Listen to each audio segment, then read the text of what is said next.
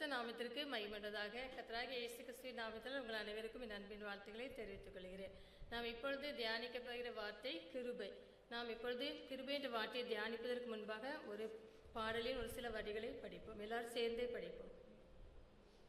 உங்க கிருபைதான் என்னை தாங்குகின்றது, உங்க கிருபைதான் என்னை நடத்துகின்றது, உங்க கிருபைதான் என்னை தாங்குகின்றது, உங்க கிருபைதான் என்னை நடத்துகின்றது.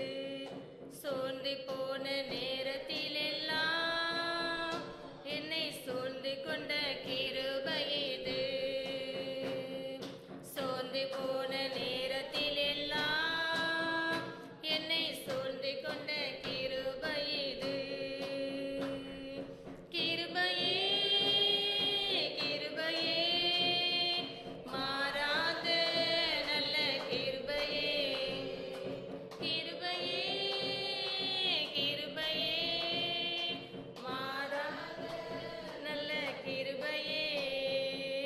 ஒன்றுமில்லா நேரத்தில் எல்லாம் எனக்கு உதவி செய்த கிருபை இது. ஒன்றுமில்லா நேரத்தில் எல்லாம் எனக்கு உதவி செய்த கிருபை இது. கிருபையே கிருபையே மாறாத நல்ல கிருபையே. தலை வணங்கி ஜெபிப்போம். அன்பில் ஏசப்பா, இந்த நல்ல நேரத்தை காண செய்ததற்கு நன்றி ஏசப்பா. ஆமீனப்பா. இப்பொழுது கூட நாங்கள் ஏசப்பா கிருபையுள்ள வார்த்தைகளை தியானிக்க போகிறோம் ராஜா. ஆமீனப்பா. இந்த தியானமானது ஏசப்பா எங்களை ஒவ்வொருவருக்கும் அது பிரயோஜனமாக இருக்க உதவி செய்யுங்க. அந்த வசனங்கள் ஏசப்பா எங்களுடைய வாழ்க்கையில் நாங்கள் நடைமுறைப்படுத்தி அதில் உள்ள பலன்களை நாங்கள் அடைய உதவி செய்யுங்க. இயேசு கிறிஸ்து மூலம் ஜெபிக்கிற ஜீவனுள்ள நல்ல பிதாவே. இப்பொழுது வந்து கிருபை என்கிற வார்த்தையை நாம் தியானிக்க போகிறோம். கிருபை என்றால் என்ன அப்படின்னா, கிருபை என்பது தகுதி இல்லாத ஒருவருக்கு அது கொடுக்கப்படுகிறதான் கிருபை. நாம் இப்பொழுது நாம் நல்லா சாப்பிடுகிறோம், நல்ல உடை உடைக்கிறோம், நல்ல இருக்கிறோம், எல்லாம் என்னது நம்முடைய பலத்தினாலும் நம்முடைய பராக்கிரமத்தினாலே அல்ல, அவர் தந்தை எல்லாம் என்னது தேவ கிருபை. கிருபை இல்லை என்றால் நாம் இந்த உலகத்தில் ஒரு நிமிடம் கூட என்ன செய்ய முடியாது, நம்மளால் வாழ முடியாது. நாம் புலம்பல் 3ஆம் அதிகாரம் 22ஆம் வசனத்தை வாசியுங்கள். புலம்பல் 3ஆம் அதிகாரம் 22.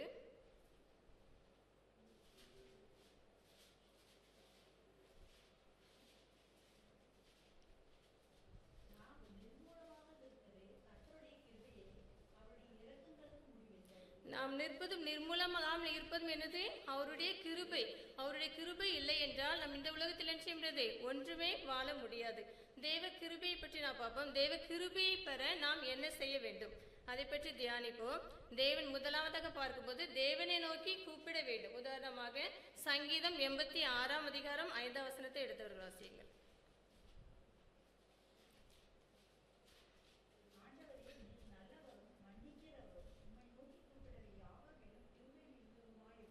ஆண்டவர் எப்படிப்பட்டவர்? நல்லவர். ஆண்டவரே நீர் நல்லவரும் மன்னிக்கிறவரும், உம்மை நோக்கி கூப்பிடுகிற யாவர் மேலும் எப்படி இருக்கிறார்? கிருபை மிகுந்தவருமாய் இருக்கிறார். ஆண்டவர் எப்படி இருக்கிறார்? நல்லவராய் இருக்கிறார், மன்னிக்கிறவராய் இருக்கிறார். தம்மை நோக்கி கூப்பிடுகிற யாவர் மேலும் எப்படி இருக்கிறார்? கிருபை மிகுந்தவராய் இருக்கிறார். நம்மளும் எப்படி ஆயக்காரனை ஜெபித்தது போல நம்ம எப்படி செய்ய வேண்டும்? பாவியாக என்மேல் கிருபையா இரும் என்று என்ன செய்ய வேண்டும்? ஜெபிக்க வேண்டும். நம்முடைய வாழ்வில் எவ்வளவு பிரச்சனைகள் காணப்பட்டாலும் நாம் ஜெபிக்கும் போது அந்த பிரச்சனைகள் எல்லாம் நீங்க என்ன செய்ய வேண்டும்?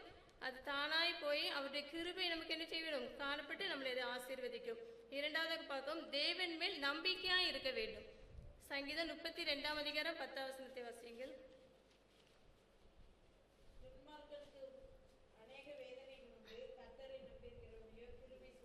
துன்மார்க்கனுக்கு அநேக வேதனைகள் உண்டு, ஆனால் கர்த்தரை நம்பியிருக்கிறவனே என்னவென்று கிருபை சூழ்ந்து கொள்ளும். நம்முடைய நம்பிக்கை யார் மேல் இருக்க வேண்டும்? ஜீவனுள்ள தேவன் மேல் இருக்க வேண்டும். நம் இந்த உலகத்தில் உள்ள மனிதர்கள் மேலேயோ, பணத்தின் மேலேயோ, ஆஸ்தியின் மேலேயோ யார் மேலேயுமே இருக்கிறது நம்முடைய நம்பிக்கை காணப்படக்கூடாது. நம்முடைய நம்பிக்கை ஜீவனுள்ள தேவன் மேல் மட்டும் காணப்படும் போது நாம் என்ன செய்ய வேண்டும்? யோபுவை போல பாடுகள் மத்தியில் இருந்தால் என்ன செய்ய வேண்டும்? நம்ம கர்த்தரை நம்ப வேண்டும். சாத்ராக் மேஷாக் ஆபேத்நேகோ போல உபத்திரவத்தின் பாதையில் நாம் காணப்பட்டாலும் அவர்கள் எப்படி கர்த்தரை நம்பினார்கள். அதே போல் நம்மள நம்பிக்கையா இருக்கும் போது நம்முடைய வாழ்க்கையில என்னது நடக்கும்? அற்புதங்கள் நடக்கும். தேவ கிருபை நம்மளை என்ன செய்யும்? சூழ்ந்து கொள்ளும். மூன்றாவதாக பார்க்கிறோம், தேவனுக்கு பயப்பட வேண்டும். சங்கீதம் 103 அதிகாரம் 11 வசனத்தை வாசியுங்கள்.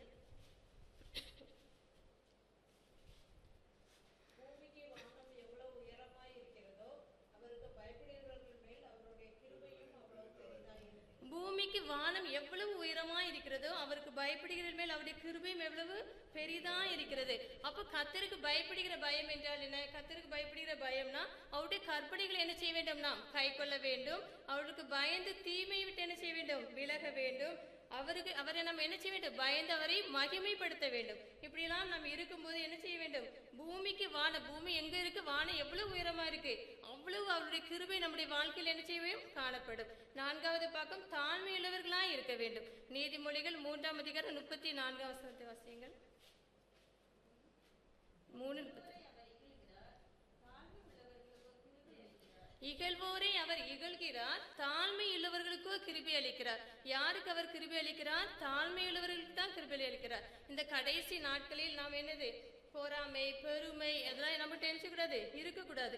நம்ம எப்படி மன தாழ்மையா இருக்க வேண்டும். உதாரணமாக நமக்கு முன்மாதிரியாகிய இயேசு கிறிஸ்துவை போல் நாம் இருக்க வேண்டும். மத்தேயு 11:29 வாசிங்க. 11:21. போதும். நான் சாந்தமும் மன தாழ்மையுமா இருக்கிறேன் என்று யார் சொல்லுகிறார்? இயேசு கிறிஸ்து சொல்லுகிறார். அந்த முன்மாதிரியான நம்முடைய இயேசு கிறிஸ்துவை போல் நாம் என்ன செய்ய வேண்டும்?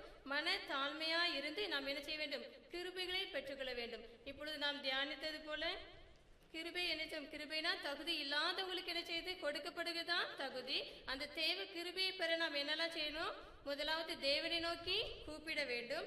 இரண்டாவது தேவன் மேல் நம்பிக்கையா இருக்க வேண்டும். மூன்றாவது தேவனுக்கு பயப்பட வேண்டும்.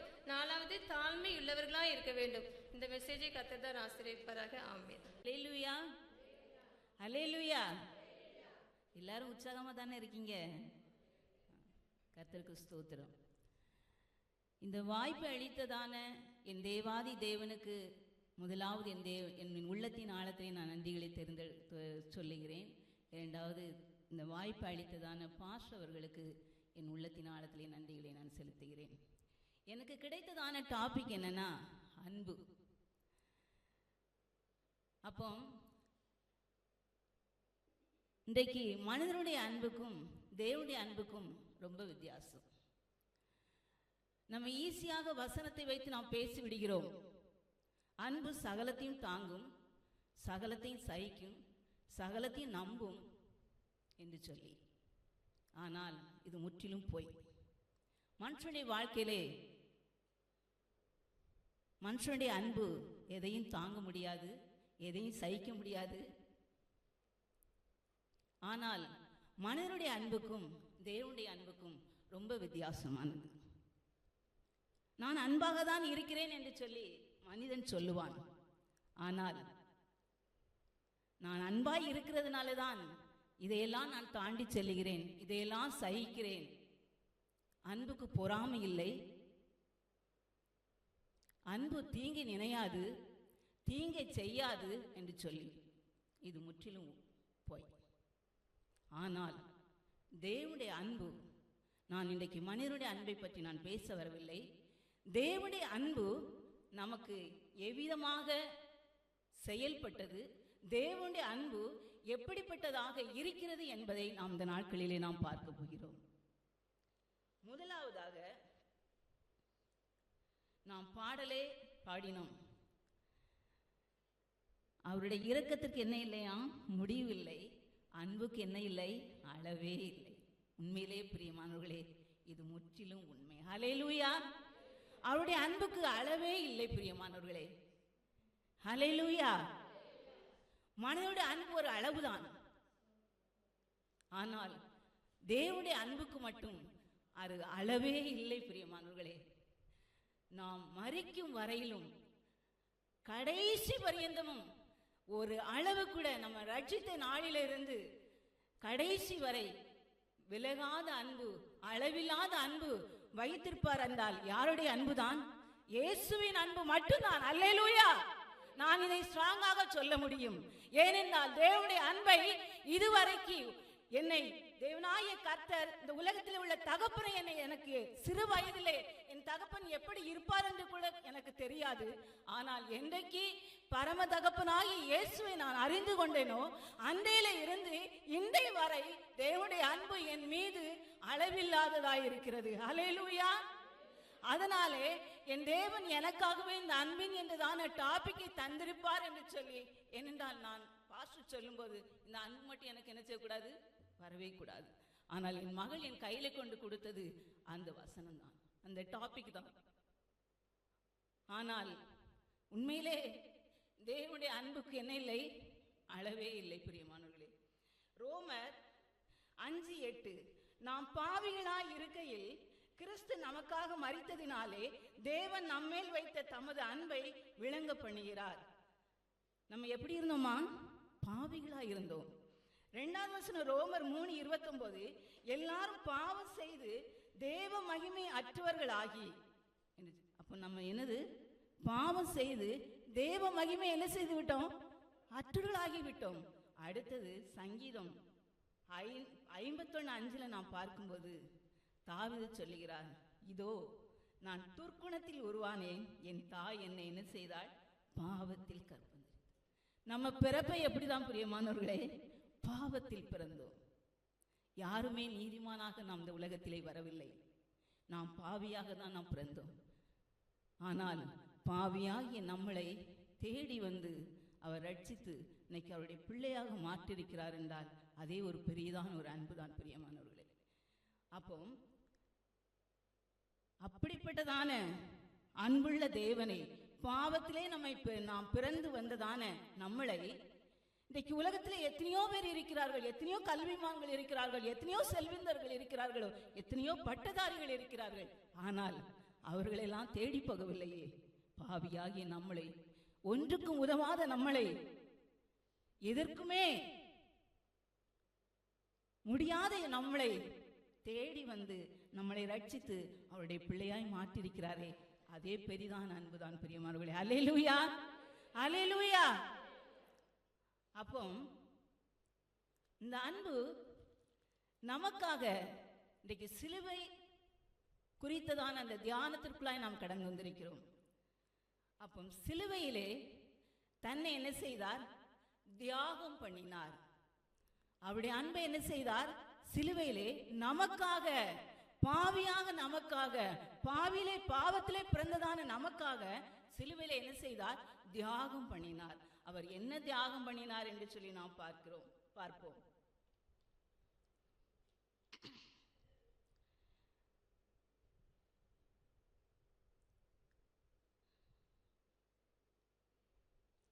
சிலுவையில் தன்னையே தியாகம் செய்தார் என்று சொல்லி நாம் பார்க்கிறோம்.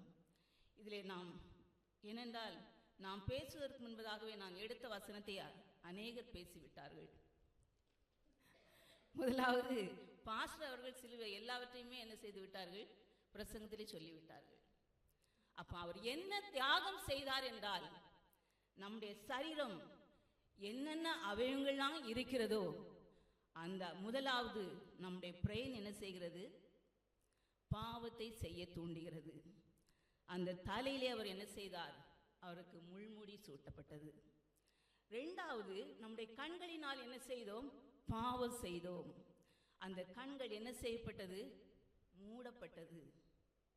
நாம் ஈஸியாக சொல்லுகிறோம், ஈஸியாக வசனத்தை வாசித்து விட்டு கடந்து செல்லுகிறோம். ஆனால் அவருடைய முகத்தில் என்ன செய்தார்கள், துப்பினார்கள். அவரை என்ன செய்தார்கள், தூசித்தார்கள். ஏனென்றால் நம்முடைய வாயினாலே இன்னைக்கு அநேக பொய்களை பேசுகிறோம் கிறிஸ்தவர்களாய் இருந்தும். அதனாலே அவர் நம்மை தூசிப்பதற்கு பதிலாக அவரை ஜனங்கள் என்ன செய்தார்கள், தூசித்தார்கள். நாம் வாயினாலே செய்த ஒவ்வொரு தவறுகளுக்காக.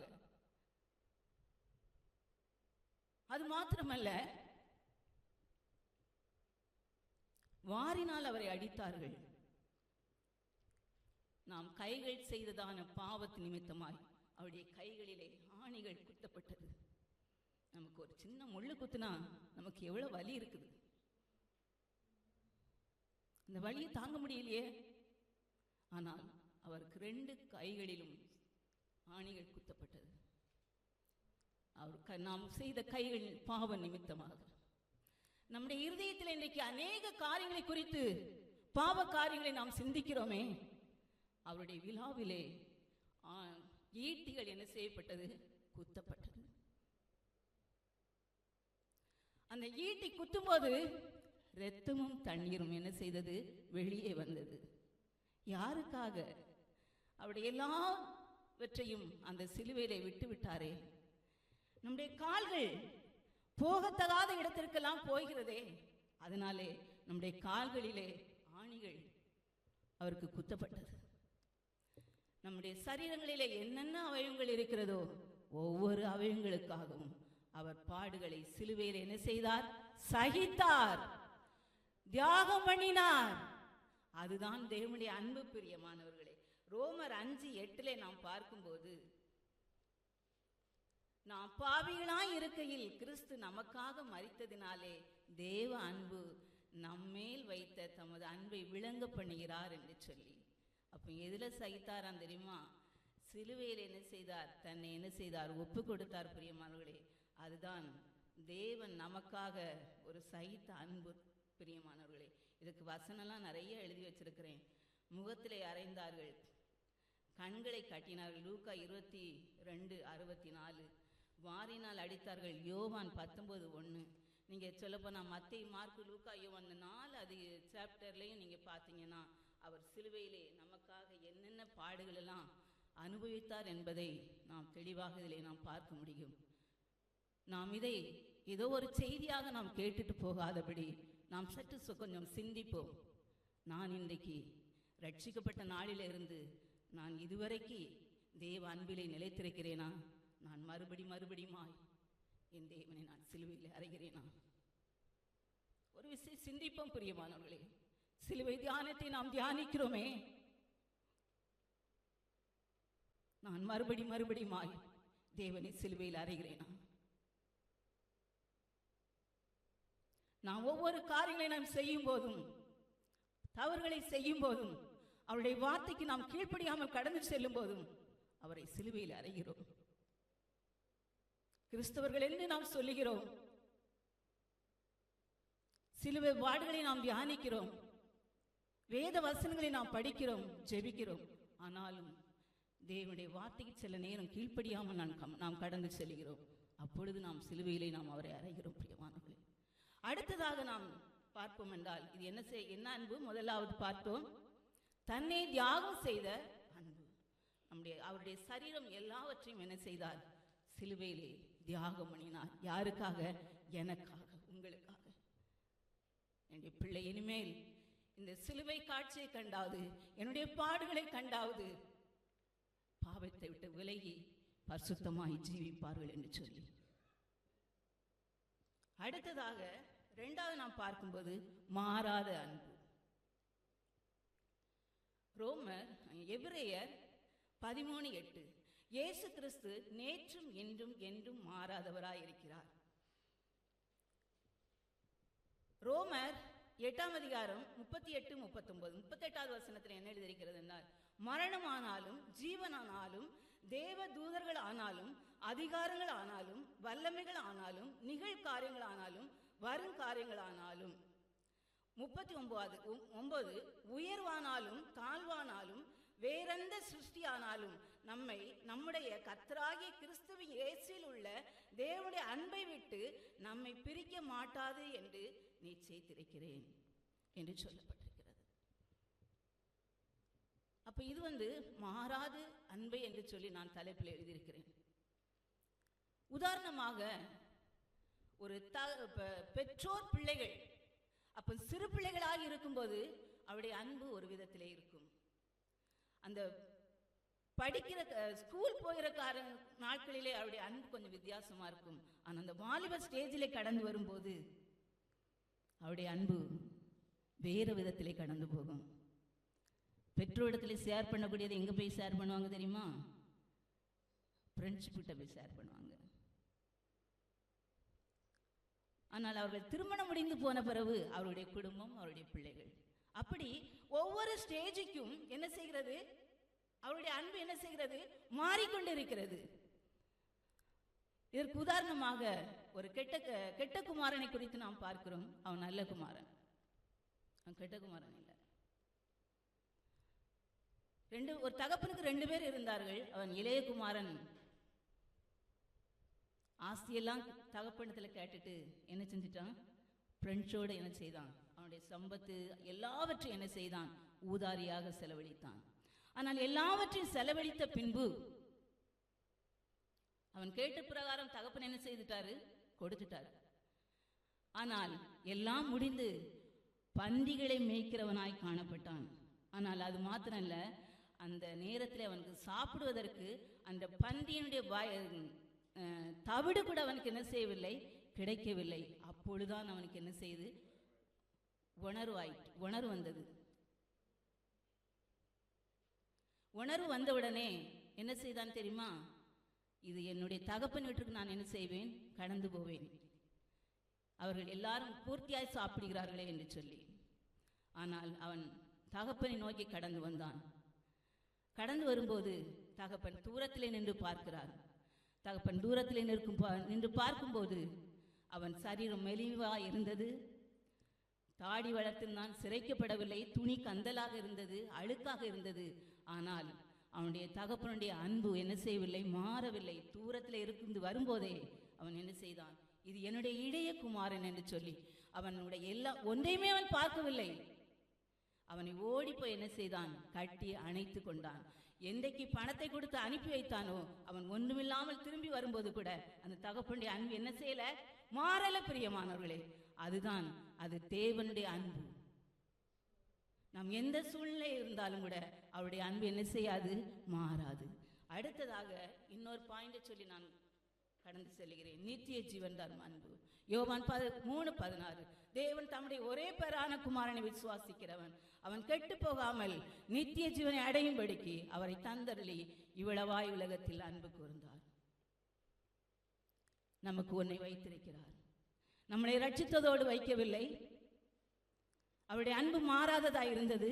அது மாத்திரமல்ல, நமக்கென்று ஒரு நித்திய ராஜ்யத்தை வைத்திருக்கிறார். ஹல்லேலூயா. இந்த உலகத்திலே நமக்கு எது இருந்தோ இல்லையோ, ஆனால் நாம் இந்த உலகத்திலே தேவனுடைய அன்பிலே நாம் நிலைத்திருப்போம். பிரியமானவர்களே, நமக்கென்று ஒரு ராஜ்யத்தை வைத்திருக்கிறார். அந்த ராஜ்யத்தை நாம் பெற்றுக்கொள்ள வேண்டும். ஒவ்வொரு வாலிப பிள்ளைகளுக்கும், ஒவ்வொரு விசுவாச பிள்ளைகளுக்கும் நான் சொல்லுகிறது என்னவென்றால், எதற்கெல்லாமோ நம்ம உலகத்திலே நாம் நேரத்தை எடுக்கிறோம். ஆனால் தேவனுடைய அன்பிலே நாம் ஒவ்வொரு நாளும் நாம் சார்ந்து கொள்வோம். தேவனுக்காய் நாம் வைராக்கியமாய் ஜீவிப்போம். தேவனுடைய அன்பிலே நாம் ஒருபோதும் குறைந்து விடாதபடி கடைசி வருகை பரியந்தம் அந்த ராஜ்யத்தை பற்றி பிடிக்கும் வரைக்கும் தேவ அன்பிலே குறையாதபடி நமக்கு வைத்திருக்கிறதான தேவ ராஜ்யத்தை வைப்பதற்காகவே இந்த நம்மளை கொண்டு போவதற்காகவே அவர் கடந்து வந்தார். பிரியமானவர்களே, அந்த ராஜ்யத்தை நாம் பற்றி பிடிக்கத்தக்கதாக தேவன் நமக்கு உதவி செய்வாராக. தேவன் நாம் இந்த வார்த்தையை ஆசீர்வதிப்பாராக. இயேசு கிறிஸ்து நாமத்தினாலே அவருக்கு மகிமை உண்டாதாக. இந்த நாளிலே ஆண்டவர் என்னை நிறுத்தின அவருடைய கிருபை பெரியது. அவருடைய பிரதான கிருபைக்காக நன்றி. இந்த மோக்கா தந்த தேவனுக்கு நன்றி. இந்த மோக்கா தந்த பாஸ்டருக்கும் நன்றி. ஆனால் நான் இந்த 7வது வார்த்தை நான் பேசுவேன்னு எனக்கு நினைக்கவே இல்லை. நானும் பேசுவேன்ட்டு. ஆனால் நான் உட்கார்ந்துருந்தேன். ஆண்டவர் சித்தம் இருந்தால் கிடைக்கட்டும். ஆனால் அவரோட சித்தம் மாதிரி எனக்கு என் வாழ்க்கையில் எதெல்லாம் செய்கிறாரோ அந்த மாதிரி வசனம் தான் நான் விரும்புவேன் எப்போவுமே. ஏன்னா என் வாழ்க்கையில் செய்கிறது தான் நான் விரும்புவேன். ஆண்டவர் வாழ்க்கை பைபிளில் அநேக வார்த்தைகள் உண்டு. ஆனால் யார் நடக்கிறாங்களோ நடக்கலையோ அதில் ஆண்டவர்கிட்ட நான் கேட்டேன், சப்பா என்னோட வாழ்க்கையில் நீங்கள் செஞ்ச வார்த்தைக்கு எனக்கு தாங்க பதில் அப்படின்னு நான் சொன்னேன். அப்போ ஆண்டவர் சொன்னார், வேதத்தில் இருக்குது இறக்கம்னு வார்த்தை நிறையா இருக்குது, நிறைய பேருக்கு இறக்கம் செஞ்சுருக்காரு. ஆனால் உன் வாழ்க்கையில் நான் செஞ்சுருக்கேன் பாரு, அதை மட்டும் நீ பேசு, அதுதான் உண்மை அப்படின்னு சொன்னார். உண்மையாக நான் சொல்கிறேன், என் வாழ்க்கையில் இந்த வார்த்தை கிடைச்சதுலேருந்து அந்த ஒரு வாரத்தில் ஒரு வாரம் வரும் ஏசு என் வாழ்க்கையில் செய்த அற்புதத்தை நான் கேரண்டியாக நான் உண்மையாக அவருக்கு முன்னாடி சாட்சியாக சொல்ல முடியும். எப்படின்னா அவர் சொன்னார், இது இறக்கத்தை பற்றி நான் எப்படி பேசுறது ஆண்டவரே, அதுக்கு நீங்கள் எனக்கு கற்றுக் கொடுங்க அப்படின்னு நான் சொல்லும்போது ஆண்டவர் சொன்னார், இது 2021 ஒரு டைம் நான் பேசியிருக்கேன். அது என்னன்னாக்கா தாகமாக இருக்கிறேன்னு. அப்போ நான் கொஞ்சம் உடம்பு சரியாமல் பாதிக்கப்பட்டேன். அப்போ தான் இந்த சர்ச்சுக்கு அங்கே போகிறது, பாம்பே போகிறத விட்டு இங்கே வந்துட்டு இருந்தேன். அப்போ ஆண்டவர் சொன்னார், இப்படி எனக்கு வார்த்தை கொடுத்துருக்காங்க ஏசப்பா, இதை நான் எப்படி பேசுறது அப்படி சொன்னேன். அப்போ நான் உடம்பு சரியாமல் நான் படுத்திருந்தேன். அப்போ வந்து ஏசாப்பா என்னை எழுப்பினார். எழுப்பி நான் பாஸ்டர் கூட அந்த போஸ்டர் காட்டினேன். ரத்த சாட்சியோட ரத்த உடுப்போடு வந்து ஏசாப்பா நின்று, நீ சுகமாயிட்ட, நான் பலம் தரேன், நீ எந்திரி, நீ பேசு அப்படின்னு சொன்னார். நான் வந்து தாகமாக இருக்கிறேன். அந்த தாகம் என்னன்னாக்கா, ஜனங்கள் மேலே தாகமாக இருக்கிறேன். ஜனங்கள் ரட்சிக்கப்படணும், அழிஞ்சு கொண்டு இருக்கிறாங்க, அவங்களுக்காக நான் தாகமாக இருக்கேன், அவங்களுக்காக தான் நான் ரத்தம் செஞ்சுருக்கேன் அப்படின்னு சொன்னார். சரிங்க ஏசப்பா, நான் அதே போய் சொல்கிறேன் அப்படின்னு நான் சொன்னேன். அதுக்கு முன்னாடி ஆண்டவர் என்னை குணப்படுத்தின பின்னாடி என் மகள் 4வது பொண்ணுக்கு வந்து டெலிவரி டைமில் அவளுக்கு கொரோனா டச் ஆகிடுச்சு. அப்போ அந்த குழந்தை வந்து 8வது மாதத்துலேயே பிறந்துருச்சு. அவளை வந்து நாயகம் ஹாஸ்பிட்டலில் வந்து அட்மிட்டில் வச்சுருந்தாங்க. அப்போ ஆண்டவர்கிட்ட நான் அழுது ஜெபம் பண்ணேன். அப்போல்லாம் ஆண்டவர் என் பிள்ளைக்கு குணமும் கொடுத்தாரு. அந்த குழந்தை பாருங்கள் இப்போ எப்படி ஆக்டிவிட்டியாக இருக்குது. அந்த பிள்ளைக்கு ஆண்டவர் சுகத்தையும் கொடுத்தாரு. நான் சொன்னேன், ஆண்டவர் இந்த பிள்ளைய கொண்டு தான் நமக்கு பெரிய காரியம் உன் வீட்டில் செய்வார். அந்த பிள்ளை பிறக்க போய் தான் அவங்க வீடே மாறிடுச்சு. அவங்க வீடே வாங்கிட்டாங்க. இப்போ கல்யாணமும் வச்சுருக்காங்க ஒரு பிள்ளைகளுக்கு. அப்படி அதுதான் ஆண்டவர் நீ சொல்லணும்னு சொல்லியிருக்காரு. நான் உன் வாழ்க்கையில் எது செய்கிறேனோ அதை தான் நீ சாட்சியாக சொல்லணும். பைபிளில் அநேகம் இருக்குது, அதை கை கொள்கிறாங்களே, நீ என்ன வார்த்தையை கை கொள்ளு அப்படின்னு எனக்கு கற்றுக் கொடுத்த வார்த்தை தான். இப்போ என் பொண்ணு வந்து ரேவதி சடன்லி வந்து புதன்கிழமை அன்றைக்கி நான் ப்ரேயர் பண்ணிட்டு போனேன். அன்றைக்கி மத்தியானம் அவள் ஒரே வயிற்று வலினால துடி ஏப்ரல் 1 இல்லை எல்லாம் நினச்சிட்டாங்க அது சும்மான்ட்டு. என் பொண்ணு நான் அப்படின்னு நினைக்கல, எனக்கு செய்தி வரல. என் பையன் சொல்லவே எனக்கு தெரிஞ்சிச்சு. எங்கள் மருமக எல்லாத்துக்கும் ஃபோன் அடித்தார், எனக்கு அடிக்கலை. அப்புறம் வயிற்று வலினால துடிக்கிறா அப்படி துடிக்கிறா. ஹாஸ்பிட்டலில் இங்கே கொண்டு போனோம், அங்கே கொண்டு போனோம், எதுவுமே ஆகலை. நேற்று சாயங்காலமாக கொண்டு போனாங்க. மத்தியானம் அவங்க மாமியார் கொண்டுட்டு போயிட்டாங்க ஆஸ்பத்திரிக்கு. கொண்டுட்டு போய் கட்டி சொல்லிட்டாங்க. கல் தான் நாங்கள் நினச்சிட்டு இருந்தோம். கட்டி சொல்லிட்டாங்க. நானும் ஒரே பயம், ஒரே அலுவல். நான் ஏசாப்பாட்டை தான் போட்டு முட்டிக்கால். எப்போயுமே என் பிள்ளைங்களுக்கு ஏதாச்சும் சொன்னால் இயேசு தான் தெரியும் எனக்கு. அதுதான் ஆண்டவர் சொன்னார், உன் வாழ்க்கையில் நான் என்ன இறக்க செய்கிறேன்னு அதை நீ சொல்லு அப்படின்ட்டு. அப்போ நான் முட்டிக்கால் போட்டு அழுது போது ஆண்டவர் சொன்னார், ரொம்ப ஜெபம் பண்ணேன், ஏசப்பா உங்களை தவிர இந்த பூமியில் எங்களுக்கு ஒருவரும் தெரியாது ஏசப்பான்னு.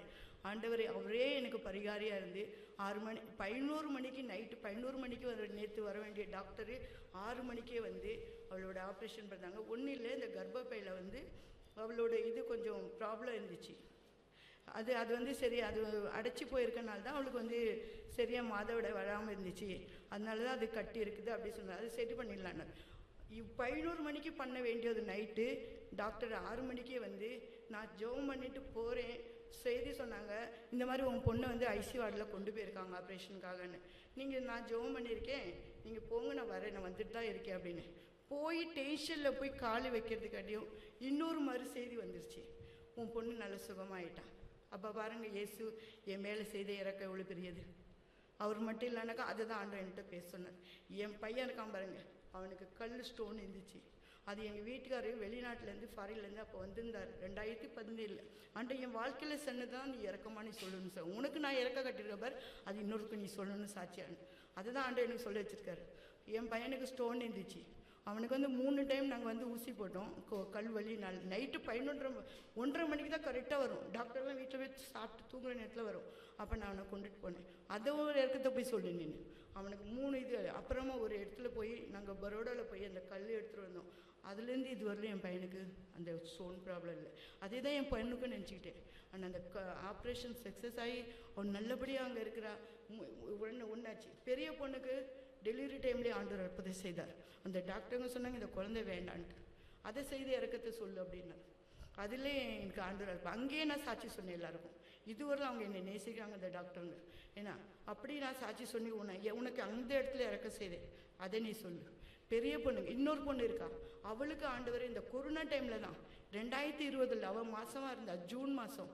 அவங்க மாமியார் இங்கே இல்லை அங்கே இல்லை, ஆஸ்பத்திரியில் எங்கேயும் பேர் போட்டாச்சு. ஆனால் டெலிவரிக்கு எங்கேயுமே வழி இல்லைனால அவங்க ஊருக்கு திருநெல்வேலிக்கு கொண்டுட்டு போயிட்டாங்க. ஆண்டவர் அங்கேயும் இறக்க செய்தார். அந்த குழந்தை ஆப்ரேஷன் நல்லபடியாக எல்லா இடத்துலையும், ஒன்றுமே இல்லை இடத்துல எல்லாத்தையும் அற்புதம் செய்தார். அது இறக்கத்தை சொல்லு அப்படின்னா. என் வாழ்க்கையில் செய்த ஒவ்வொரு இறக்கத்துக்காக நான் ஆண்டவருக்கு நன்றி தான் சொல்வேன். ஆண்டவர் சொன்னார், நீ உனக்கு வாழ்க்கையில் நான் செஞ்சேன் பார், அந்த இறக்கத்தை மட்டும் நீ பேசு. பைபிளில் ரொம்ப இறக்கம் இருக்குது, கை கொள்ளணும் அதெல்லாம். ஆனால் உன் விசுவாசம் எப்படி இருக்குது, நான் செய்த இறக்கம் உனக்கு இருக்கா அப்படின்னு கேட்டார். இறக்கம் இருக்குதுங்க ஏசப்பா, இன்னொரு மேலேயும் எனக்கு இறக்கம் இருக்குது. யாராச்சும் ஆத்மா வந்து அழிஞ்சு போகுதுன்னா அதை குறித்து எனக்கு இறக்கம் இருக்குது. நல்ல இறக்கம் நீ வச்சிருக்கீல, அந்த இறக்கத்தை போய் நீ சொல்லு. அப்படின்னாரு. இன்னைக்கு என் பிள்ளை நல்லபடியாக இருக்கிறான். நேற்று தான் அவளுக்கு அரை மணி நேரம் கூட அவளை அந்த இதை எடுத்து கட்டி எடுத்து அங்கே கண்ணாடி பாட்டில் வச்சுருக்காங்க. அது ஈஸியாக ஆண்டவர் செய்து கொடுத்தாரு. எனக்கு எவ்வளோ அழுதனோ அதுக்கு ஈக்குவலாக ஆண்டவர் அவருக்கு அற்புதம் செய்தார். என்னை வெட்கப்படுத்தவும் இல்லை, என் மேலே கிருபியாக இருந்தார். நான் நினச்சேன் என்னமோ கட்டின்னு, இப்போ கட்டினா என்னென்னமோ கட்டி சொல்கிறாங்க, அதை நினச்சி தான் நான் அழுதேன். ஆண்டவரே இது என்னம்மா நடக்குமோ அப்படின்னு. ஆண்டவர் என் ஜெபத்தை கேட்டு நீ பயப்படுற மாதிரி ஒன்றுமே நடக்காதுன்னு நான் கால் வச்சு என் பையன் போனான். எனக்கு அப்படியே கைகாலெலாம் ஆஸ்பத்திரினா நடுவும். ஏன்னா எனக்கு அது ஒரு இது இருக்குது, பயம் இருக்குது. நான் எல்லாரும் பேஷண்ட்டை நம்ம பார்த்துட்டு வரோம், அவங்களுக்குலாம் நம்ம ஜெபம் பண்ணுறல. அப்போ நம்ம வீட்டில் அது நடக்கும்போது நமக்கு கொஞ்சம் கவலையாக இருக்குது, கொஞ்சம் பயமாக இருக்குது. அப்படி நான் பயந்தப்போ ஆண்டவர் நான் பயப்படுற மாதிரி என் இயேசு ஒரு நாள் என்னை வெட்கப்படுத்தவே இல்லை. ஒரு நாள் என்னை விட்டு விலகாத கிருபை, ஒரு நாளும் மாற மாட்டார். அவர் சொன்ன வார்த்தைகள்லாம் ஆண்டவர் சொன்னார், இந்த வார்த்தை நீ சொல்லு. ஆண்டவர் சொன்னார், நான் செய்த ஈவுக்கு இறக்கத்துக்கு அளவே இல்லை உனக்கு அப்படின்னு 2 கொரிந்தியர் 9:14-15. சிஸ்டர் கொஞ்சம் வாசிங்க. 14-15. 2 கொரிந்தியர் 9:14.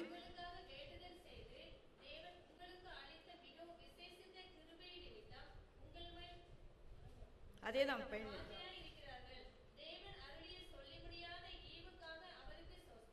இது 2 கொரிந்தியர், அதே கொரிந்தியர் 12:9 படிங்க சிஸ்டர்.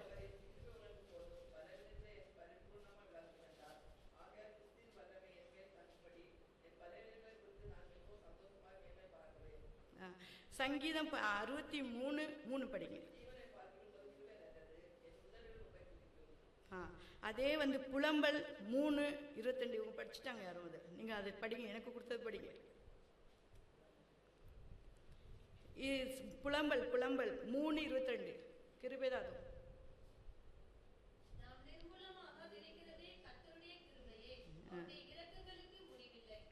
அதே சங்கீதம் 118:8-9 படிங்க. இதான் லாஸ்ட்.